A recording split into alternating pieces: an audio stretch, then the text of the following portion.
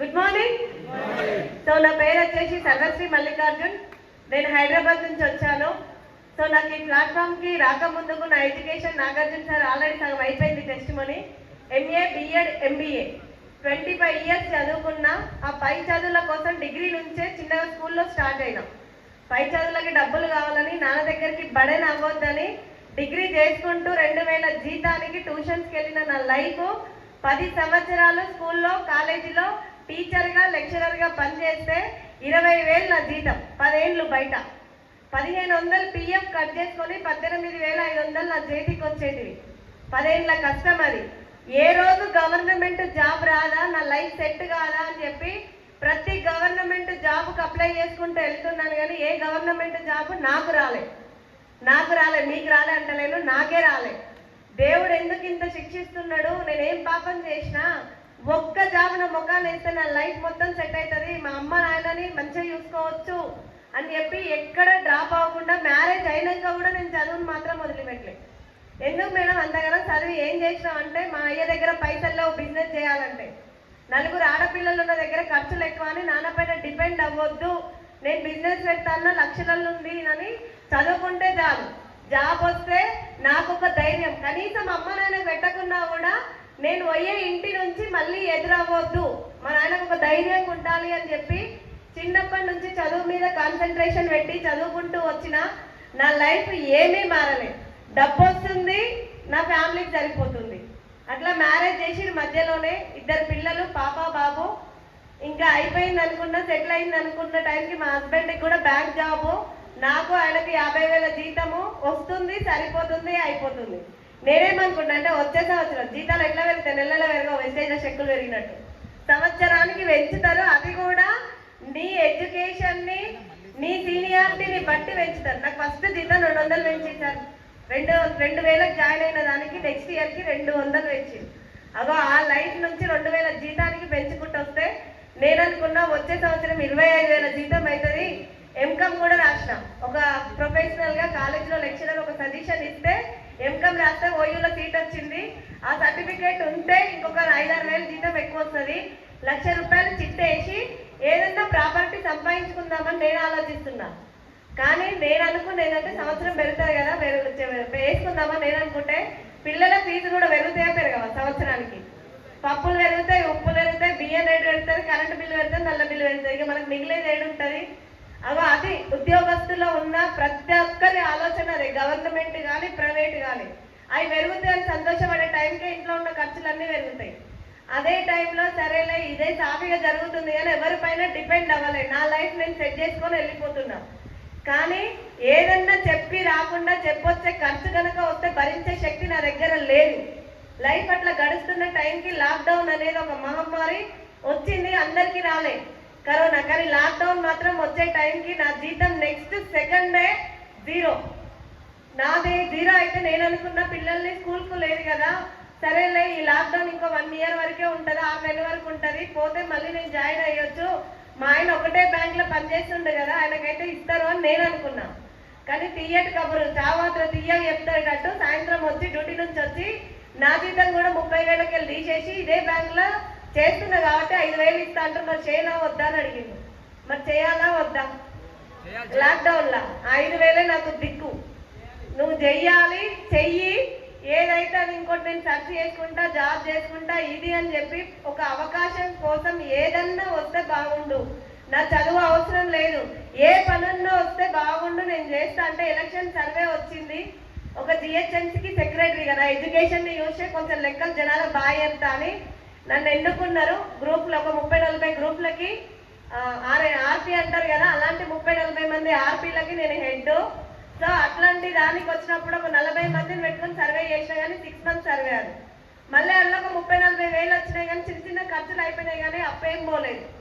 అదే లాక్డౌన్లో మళ్ళీ సర్వే అయిపోయింది, ఎలక్షన్ సర్వే, మళ్ళీ మైనస్లోకి వెళ్ళిపోయినా. ఏదన్నా వస్తే బాగుండు, నేను చెయ్యాలి, నా లైఫ్ సెట్ చేసుకోవాలి. ఇంత ముందుకు మన అమ్మ నాన్నప్పుడు కరోనా బదులు గత్తరా కలారా అలాంటి వచ్చినప్పుడు వాళ్ళు ఎట్లా తట్టుకురో తెలియదు. కానీ ఇది వచ్చింది, నా పిల్లల భవిష్యత్తులో రేపు వస్తే నేనే తట్టుకుంటలేను, నా పిల్లల లైఫ్ ఏంటి అని చెప్పి కూర్చొని బాగా ఆలోచించిన. ఏదన్నా చెయ్యాలి, మొత్తం మీద లైఫ్ సెట్ చేయాలి. ఎక్కడ ఆస్తి లేదు, ఆస్తి లేని లైఫ్ నుంచి ఫ్యామిలీ గడుస్తున్న లైఫ్ నుంచి ఏదన్నా చెయ్యాలి, ఎందుకు నన్ను దేవుడు ఇంత పరీక్షిస్తున్నాడు అని చెప్పి అదే దేవుణ్ణి మొక్కుకున్న టైంలో నాకు ఈ గొప్ప ప్లాట్ఫామ్ని పరిచయం చేసింది నా చిన్ననాటి స్కూల్ ఫ్రెండ్. నిజంగా చెప్పాలంటే ఒక పేరింటికి వెళ్ళి వచ్చిన ఎన్నో ఒడిదుడుకులు ఎదుర్కొని నువ్వు గెలుస్తావు గెలుస్తావు గెలుస్తావు అని నేను ఎప్పుడు ప్రతిసారి సార్ని అంటూనే ఉన్నా. కానీ ఇవాళ కొన్ని లక్షల మందిలో తనేందో గెలిచి ఒక మోటివేషనల్ స్పీకర్ గా ఎదిగి నాలాంటి ఎంతో మంది ఆడబిడ్డల లైఫ్ సెట్ చేసి లక్షలు ఇప్పిస్తూ, కార్లు ఇప్పిస్తూ, ఫ్లాట్స్ ఇప్పిస్తూ నేనున్నారా మీకు ధైర్యం అని చెప్పేసి మాకు భరోసా కలిగిస్తున్న మై గ్రేట్ లీడర్ డియూసిడి mister Saidul sir garu. Thank you so much sir. So ఇవాళ ఇంత గొప్పగా చెప్తున్న ఆ ఫ్రెండే నా ఇంటికి వచ్చినప్పుడు సబ్బులు, పేస్టులు, షాంపూ ఇవి పట్టుకొని వస్తే నేను నమ్మలేదు. ఏమైంది అసలు సైదుల్ సార్కి ఇట్లా ఫ్రెండ్ కదా, ఇదేంది ఇట్లా వెళ్ళిండు, ఇది తీసుకొని వస్తుండేంది అనుకున్నా. కానీ నా మనసులో మళ్ళీ అనిపించింది ఏంటంటే నాకే లాక్డౌన్లో ఈ పరిస్థితి ఉంటే తను ఒక రైతు బిడ్డ, తన పరిస్థితి ఎట్లుందో నేను జాయిన్ అయితే సార్కి ఏదైనా ప్లస్ పాయింట్ అవుతుందేమో అని చెప్పి నేను కంపెనీని నమ్మలేదు, సైదుల్ సార్నే నమ్మిన. ఆధార్ కార్డ్ ఇచ్చి ఐడి తీసుకొని సార్ ఒక నూనె గురించే నాకు ఎక్స్ప్లెయిన్ చేసి 7 ఏళ్ల నుంచి ఉన్న గ్యాస్ట్రిక్ ప్రాబ్లం తగ్గిందిరా అని ఒక్క మాట కనెక్ట్ అయ్యి జాయిన్ అయ్యి నేను నూనె డబ్బా కొనుక్కుంటే సార్కి 4 రూపాయలు వస్తాయి అని అనుకున్న తప్ప కానీ ఇంత పెద్ద కంపెనీ, ఇంత పెద్ద ఇండస్ట్రీ అని నేను అనుకోలేదు. బట్ తీసుకొని నేను ఆయిల్ వాడుకోవడం వల్ల 4 ఇయర్స్ నుంచి ఉన్న గ్యాస్ట్రిక్ ప్రాబ్లం తగ్గింది. నేనేమన్నా అంటే ఆ రోజు సార్ వచ్చి ఆయిల్ క్యాన్ తీసుకొచ్చి తెచ్చిపోనన్నా. నేను అమ్ముకోవడానికి రాలే, నీకు చూపించడానికి వచ్చినా, నువ్వు ఇంత పొడుగు చదివినావు కదా, దీని వెనకాల అంత దాకా నువ్వు తొందరగా వస్తావు అనుకున్న మా తల్లి, నువ్వు ఇంత ఘనకార్యురాలి కాదు అని అన్నాడు. కానీ సరే అని నేను ఏది నమ్మలే. ఎందుకంటే పుట్టి పెరిగినప్పటి నుంచి సబ్బులు వాడినా లేదా, స్నానాలు చేసినా లేదా, నూనె, పేస్ట్ అన్ని వాడుకుంటే 7 కన్నా 1 రూపాయి వచ్చిందా రిటర్న్, నచ్చకుంటే రిటర్న్ ప్రోడక్ట్ వచ్చిందా, ఈయన వచ్చి ఇల్లు వస్తాయని చెప్పి నమ్మలేదు.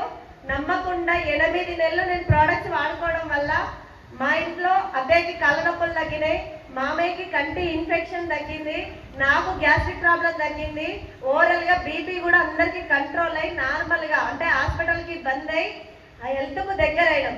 నేను గుడ్డిగా ఏం నమ్మినంటే ఈ ప్రోడక్ట్స్ మాత్రం సచ్చిన రోజులు వాడుకోవాలి, బతికుండగా ఈ ప్రోడక్ట్స్ మించి నేను పక్కకి వెళ్ళను, ఎవరికి నేను చెప్పను, చెప్పినా నమ్మరు అని 8 నెలలు నేనే ప్రోడక్ట్స్ వాడుకుంటే ఆ 8 నెలలు ఒక్క నిమిషం కూడా టైం వేస్ట్ చేయకుండా సార్ నన్ను ఫాలో అప్ చేస్తున్నాడు.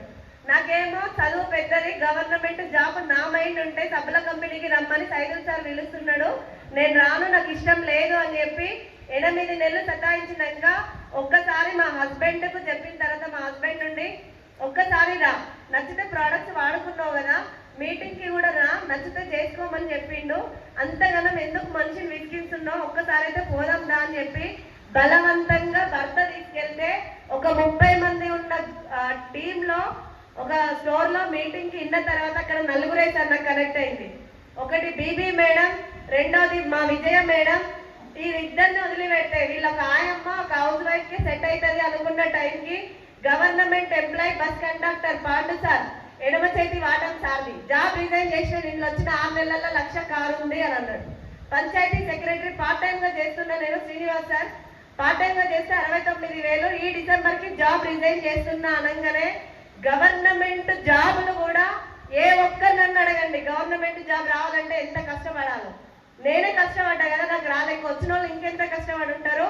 అట్లాంటి జాబులను సైతం ఎడమ చేతోటి రిజైన్ చేస్తుందంటే ఈ కంపెనీలో ఏదో ఉంది, ఈ కంపెనీని గవర్నమెంట్ సపోర్ట్ చేసే ఉంటది కాబట్టి గవర్నమెంట్ జాబులు అంత ధైర్యంగా పక్కకు పెట్టి వస్తున్నారని అప్పుడు నమ్మి అసలు నాకు పైసలు కావాలి, ప్రోడక్ట్ గురించి మీరు చెప్పకండి, నేను వాడినా, నాకు ప్రోడక్ట్ గురించి తెలుసు, డబ్బులు ఎట్లా వస్తున్నాయో కావాలి, నాకు డబ్బే కావాలి అని ఆ రోజు ఎంఎస్ఆర్ గురువు గారు నాకు ఇచ్చిన కంపెనీలో డబ్బులు ఎట్లా వస్తాయి, ఎవరిని మోసం చేసేది లేదు, మనం నిలబడితే ఎంతో మందికి ఆదర్శంగా డబ్బులు ఇప్పియొచ్చు అన్న ఒక 2 మాటలు విన్న తర్వాత 2 చేతులు ఎత్తి దండం పెట్టిన. సార్ 8 నెలలు నేను సైదుల్ సార్ని సతాయించిన, నేను కూడా ఇవాళ చెప్తున్నా, జడ్చర్లో ఉన్న 800-900 మంది పర్యవేక్షణ చెప్తున్న మా సైదుల్ సార్కి సారీ సార్. నేను ఈ రోజే నా భర్తను, అత్త, మామని ఎవరిని అడగా, నా కన్న తల్లిదండ్రులను కూడా అడగా నా చదువు గురించి. ఈ రోజే డిసైడ్ అయినా నా జాబ్కి, నా చదువుకి రిజైన్ చేస్తున్నా. ఫుల్ టైం వెస్టేజ్ లోనే గెలవాలి, గెలిచి తీరుతా. ఒకవేళ గెలవకుండా మాత్రం నేను వెస్టేజ్ లో చచ్చిపోను అని చెప్పి ప్రామిస్ చేసి ఈవినింగ్ రిజైన్ లెటర్ ఇచ్చేసి ఫుల్ టైం దిగుతే, నేను ఫస్ట్ నాకు తెలవనప్పుడు నేను కొనుక్కున్న నూనె డబ్బాకు 11 రూపాయలు వచ్చాయి. నేను ఏ రోజైతే మీటింగ్కి వెళ్ళిందో ఆ రోజు 14,000 రూపాయల చెక్కు తీసుకున్నా. ఎగ్జాక్ట్ 6, 8, 9 నెలలు పనిచేస్తే 63,000 వచ్చినాయి. 63,000 వచ్చినాక సైకిల్ సార్ ఇంటికి వచ్చి, సార్ నా బతుకుకి 20,000 నుంచి 60,000 ఇప్పిస్తున్నావు, చాలు సార్ మీ పుణ్యం, నేను ఎక్కడ ఓడించుకొని ఏదో ఒక రూపంలో మీకు రుణపడి ఉంటాను నేను అన్నా. ఇది కాదురా లైఫ్, ఇప్పుడు కనుక బయటికి రా, నీ బిడ్డను నీ పిల్లల్ని కొంచెం అత్తమామ కప్ప చెప్పి ఇప్పుడు బయటికి రా, నీకు 1,00,000 షోరూంలో అంతే కారు నీ అత్తమామల నీ ఇంటి ముందు ఉంటుంది రానన్నాడు. నేనే నవ్వినా గట్టిగా. నా బతుకుకి 20,000 జీతం చాలదు, గవర్నమెంట్ జాబ్ కొడితే 40,000 నా స్టార్టింగ్, అది నేను రిటైర్ అయితే 1,00,000 రూపాయలు. నువ్వేం సార్ 6 నెలలకు వచ్చి 1,00,000 వస్తుంది, కారు వస్తుంది అని అంటున్నావు, నేనేమన్నా పిచ్చిదాన్నా అని అన్నా. లేదురా నిజంగానే వస్తుంది ప్రామిస్ అని చెప్పి మా అత్త మామకు మాట ఇచ్చి బయటికి తీసుకొస్తే, సార్ చెప్పిన 6 నెలలు కాదండి 5వ నెలలే 1,09,000 తీసుకొని కార్ ఫండ్ అచీవ్ అయినా. కానీ ఆడపిల్ల కదా, నీకంటూ ఏదన్నా ఒక ప్రాపర్టీ ఉండాలి. ఇప్పటివరకు ఏ ప్రాపర్టీ లేదు కాబట్టి కార్ గురించి పక్కకు పెట్టి నీ అప్పు చేసినావు కదా కరోనాలో 2 లక్షలు తీర్చేసుకొని నెక్స్ట్ ఏదన్నా ఆస్తి కొనుక్కో అని అంటే, సరే నువ్వు ఎట్లా చెప్తే అట్లా. ఇన్ని రోజులు నేను చెప్పింది నా మాట నాకే నమ్మకం లేదు, నువ్వు ఏది చెప్పినా కూడా కళ్ళ ముందు నాకు కనిపించేటట్టు నువ్వు గెలిచి తీరుతున్నావు కదా, నేను అదే చేస్తా అని చెప్పి భువనగిరిలో 3 ఫ్లాట్లు, మా అమ్మగారి ఇంటికాడ 1, మొత్తం మా 4 పేర్ల మీద 4 రిజిస్ట్రేషన్ చేయించిన తర్వాత నా లైఫ్ ఏంటంటే, స్కూల్లో ఉన్నప్పుడు తిరుపతికి కూడా పోయే ఛాన్స్ లేదు, తిరుపతికి కూడా పర్మిషన్ ఇవ్వలేదు మా కరెస్పాండెంట్.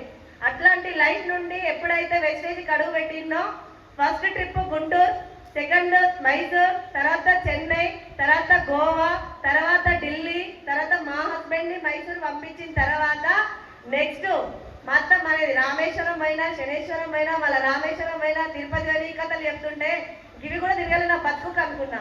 కానీ ఫస్ట్ టైం నా లైఫ్లోనే దేశం దాటి థాయిలాండ్ వెళ్ళేసి వచ్చిన. నా 30 ఏళ్ళ జర్నీలో ఏ రోజు బర్త్డే నేను ఏడ చేసుకోవాలి ఇంట్లో తప్ప. ఇంట్లో కూడా అది నా పెళ్ళైనాక మా హస్బెండ్ ఏదో డేట్ గుర్తు పెట్టుకొని చేస్తున్నాడు. కానీ ఫస్ట్ టైం నా పుట్టినరోజు నా టీం తోటి, నా ఫ్యామిలీ తోటి థాయిలాండ్లో వేసుకొని వచ్చిన. హ్యాపీగా ఉంటుందా? అలా అక్కడ డిసైడ్ అయ్యి రిటర్న్ వచ్చేటప్పుడు ఒకటే మాట అన్నాడు, అరే నీ టీంలో కార్లు వచ్చినాయిరా, వచ్చిందా రాలేదా? కల్వకుర్తి అంటేనే కేదార్ సార్ అని మారుమోగే పేరుతోటి కార్ వచ్చిందిరా, నీకు కూడా టైం వచ్చింది, డిసైడ్ గా అని అన్నాడు. సార్ ఏదన్నా ఒక డేట్ డిసైడ్ గా అంటే, నా బిడ్డ 2.5 సంవత్సరాలు పాపను వదిలిపెట్టి గుంటూరు ట్రైనింగ్ వెళ్ళిన. ఇంత పెద్ద ట్రైనింగ్లు అప్పుడు ఇక్కడ జరిగేటివి కావు. 2.5 సంవత్సరాల పాపను వదిలిపెట్టి వెళ్తే దాని బర్త్డే వచ్చింది. సార్ నేను నా పాప బర్త్డే కారు కొనాలి, ఆ రోజు ఖచ్చితంగా తీయాలి అని చెప్పి మెంటల్ గా ఫిక్స్ అయినా.